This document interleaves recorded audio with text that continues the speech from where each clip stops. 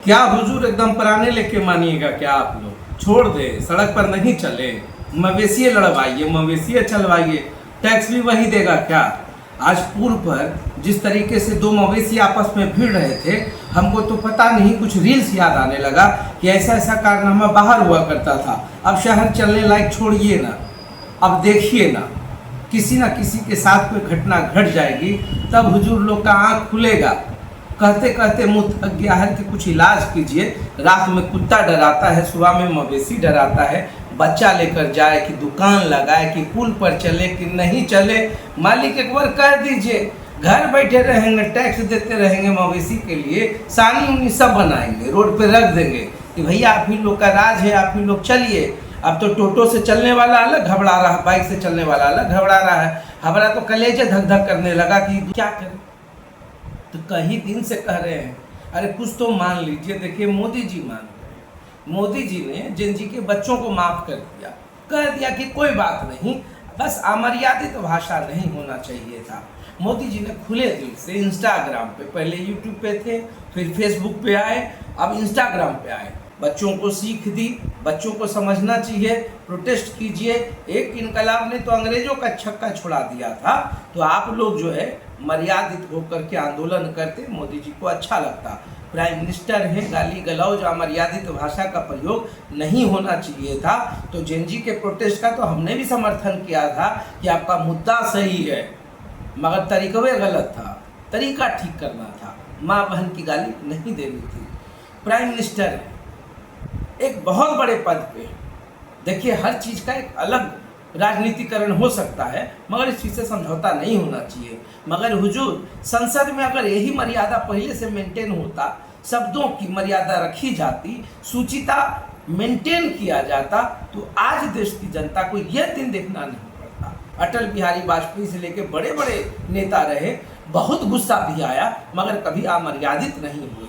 तो ये सीख संसद से निकल करके लोगों तक पहुंची थी। मगर फिर मैं कहूँगा कि मोदी जी ने माफ़ किया, उनको मैं बहुत बहुत धन्यवाद देता हूँ कि आपने बच्चों को माफ़ कर दिया। और बच्चों से भी अपील करूँगा कि प्रदर्शन जो था अगर मर्यादित रहता तो और बेहतर होता।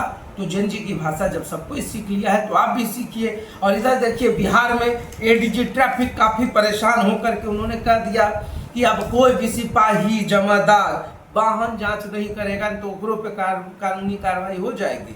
यह दिन भर एक डंडा लेकर बैठा, जब मन किया ये धड़ी, अरे रुकिए। और बहुत बार ऐसा हुआ कि सिपाही ने दौड़ाया, बाइक सवार भागा, बसते बसते कहीं गिर गया, हाथ पैर टूट गया। तो आप चलिए, अब सख्त हो गए हैं, उन्होंने कह दिया है कि अब ये काम नहीं चलेगा।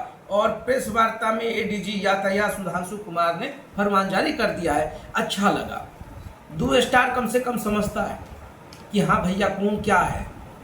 बाकी सिपाही जाम हटावे, नहीं तो फिर तो देख ही रहे हैं पूरे बिहार का क्या माहौल है। तो ये जो न्यूज लॉन्ड्री है, आज उसमें बहुत सारे बातों को हम रख रहे थे कि चलो बढ़िया है। अब देखिए एक नई खबर है और नई सफ़र है, तो नई सफ़र और नई खबर के बीच में हमने सोचा न्यूज़ लॉन्ड्री शुरू किया जाए और न्यूज़ लॉन्ड्री में ही सब की बात हो जाए, मन की भी बात हो जाए। मेटा इंडिया के प्रमुख पर FIR हुआ है, ठीक है, हुआ है, गलत भी नहीं हुआ है। ये लोग तो और पूरे देश को नाश कर रखे हुए हैं। अब पूछिए क्या है उसके पीछे लॉजिक है। लॉजिक ये है कि सोशल मीडिया पर आप स्क्रॉल कीजिए ना, फेसबुक और इंस्टा, सारी अश्लीलता वहीं भरी हुई है। तो युवा क्या सीखेगा, समाज को क्या होगा? ऐसे ऐसे वीडियोस को मेटा को चाहिए कि वो खुद ब्लॉक कर दे, डिलीट कर दे, अपलोड होने ही ना दे। जनरेशंस की बात है, बाकी पक्ष विपक्ष अपनी तरफ से है। मेटा वाला जो कांड हो रहा है उसमें भी ठीक है। अब देखते हैं कि न्यूज़ लॉन्ड्री में अब क्या क्या ढूंढ के लाएंगे, मगर अभी तक तो बिहार में यही ढूंढ रहे हैं। और एक चीज़ और ढूंढ रहे हैं, शिक्षा विभाग में शिक्षा मंत्री कहे कोई समझौता नहीं होगा। अरे 4 गो टीचर 4 गो स्टूडेंट है, कहीं कहीं तो टीचर है, स्टूडेंटे नहीं। और बहुत जगह तो देखिए एक के कमरा में पूरा हाई स्कूल चल रहा है। नालंदा से लेकर पूरे बिहार का यही हाल है। शिक्षा की क्रांति कहाँ से लाइएगा? तो खाली भाषण देने से नहीं होगा, खाली ट्रांसफ़र, पोस्टिंग, आदेश देने से कुछ नहीं होता है। एक बड़े बदलाव की ज़रूरत है। तो न्यूज़ लॉन्ड्री में इतना ही। तो देखते रहिए साथ। बहुत बहुत धन्यवाद।